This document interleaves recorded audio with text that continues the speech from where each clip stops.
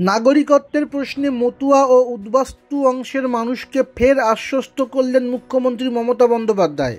দুদিন আগেই কলকাতায় এসে বিজেপির দলীয় সভায় কেন্দ্রীয় স্বরাষ্ট্রমন্ত্রী অমিত শাহ আবার জানিয়ে গিয়েছেন, নাগরিকত্ব সংশোধনী আইন কার্যকর করা হবে। উত্তর ২৪ পরগনার চাকলায় বৃহস্পতিবার তৃণমূল কংগ্রেসের কর্মী সভায় এসে মতুয়া ও উদ্বাস্তুদের আশ্বস্ত করে মমতার পাল্টা দাবি, আপনারা সকলেই নাগরিক। নাগরিক না হলে রেশন পান কি করে? প্যান কার্ড, আধার কার্ড, ভোটার কার্ড পান কি করে?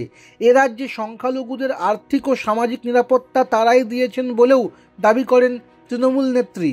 গত লোকসভা ভোটে উত্তর ২৪ পরগনার দুটি আসন হাতছাড়া হয়েছিল তৃণমূলের, যে দুটি কেন্দ্রে মতুয়া, উদ্বাস্তু সমাজ এবং সংখ্যালঘুদের ভোটের বিশেষ অবদান ছিল।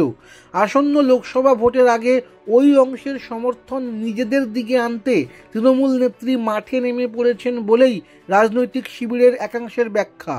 মতুয়াদের একাংশ এবং উদ্বাস্তু মানুষদের দীর্ঘদিনের দাবি নাগরিকত্ব, সেই দাবি এখনও মেটেনি।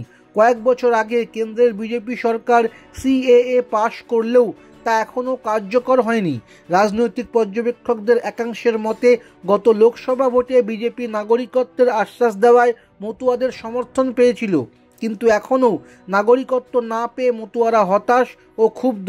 তৃণমূল সেই ক্ষোভকে কাজে লাগাতে চাইছে।